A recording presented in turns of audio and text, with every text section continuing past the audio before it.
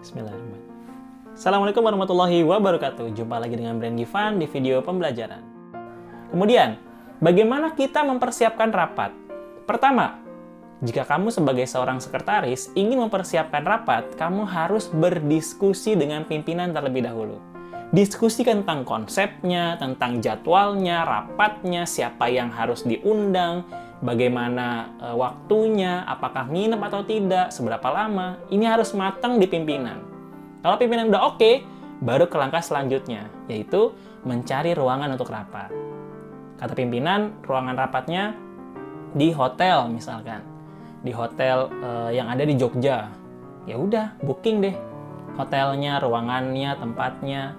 Kalau kita bilang rapat di hotel, biasanya dari pihak hotel menyiapkan peralatannya atau kita yang menyiapkan peralatannya.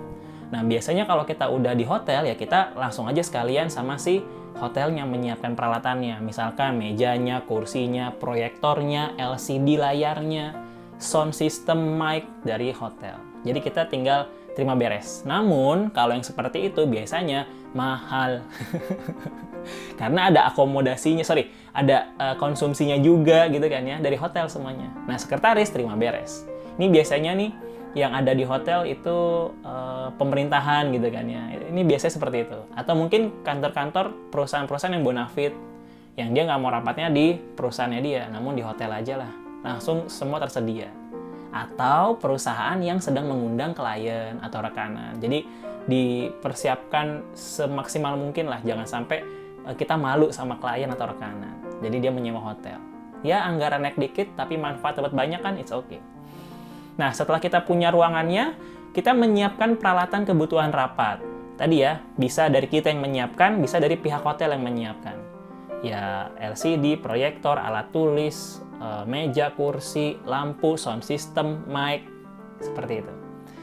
Kemudian, menyiapkan konsumsi dan atau akomodasi. Nah, konsumsi ini bisa dari pihak hotel, atau kita yang pesan dari pihak ketiga. Nah, akomodasi ini misalkan rapatnya jauh di luar kota, berarti kan harus nginep. Nah, nginepnya ini harus di mana hotelnya? Kalian siapkan hotelnya. Akomodasi itu tidak hanya hotel, namun juga transportasi. Siapkan transportasinya. Keren ya? Pasti ada yang seperti itu. Kemudian, membuat undangan rapat. Jangan sampai lupa, undangan rapat ini harus dibuat jauh-jauh hari. H-7 lah. H-7 kalian buat undangannya. Kemudian di H-1, kalian ingetin lagi dengan online, baik itu di WhatsApp atau di email.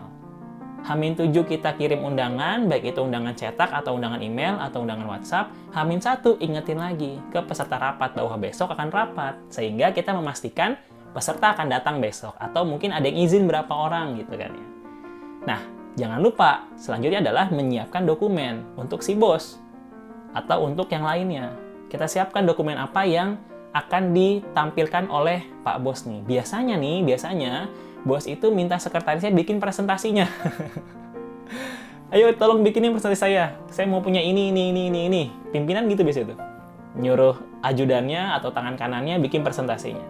Ya udah, mau nggak mau kita siapin. Tapi ya pusing juga sih. Maunya bos itu seperti apa gitu kan ya. Ya kita harus diskusi sama bos lah. Apa saja Pak data yang mau dimasukkan dalam presentasi? Temanya bagaimana presentasinya? Mau sweet?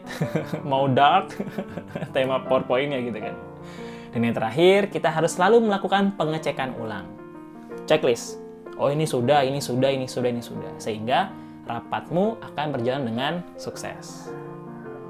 Kemudian, saat rapat juga kita harus membuat note to land. Nah, iya, note to land ini hasil dari rapat kita tadi. Ngomongin apa sih sehingga dirangkum dalam satu note to land. Ini tugasnya sekretaris juga bikin nih note to land. Nah, biasanya struktur note to land rapat itu yang pertama ada tanggal, waktu, dan lokasi rapat berlangsung. Yang kedua, ada nama peserta rapat, baik yang hadir ataupun tidak hadir. Nah, biasanya dilampirkan juga daftar absensi, daftar hadir peserta rapat di dalam note to land tersebut. Kemudian ada agenda rapatnya, jam 1 sampai jam 2 ngapain, bahas apa, ini bahas apa, jam sekian sampai jam sekian bahas apa.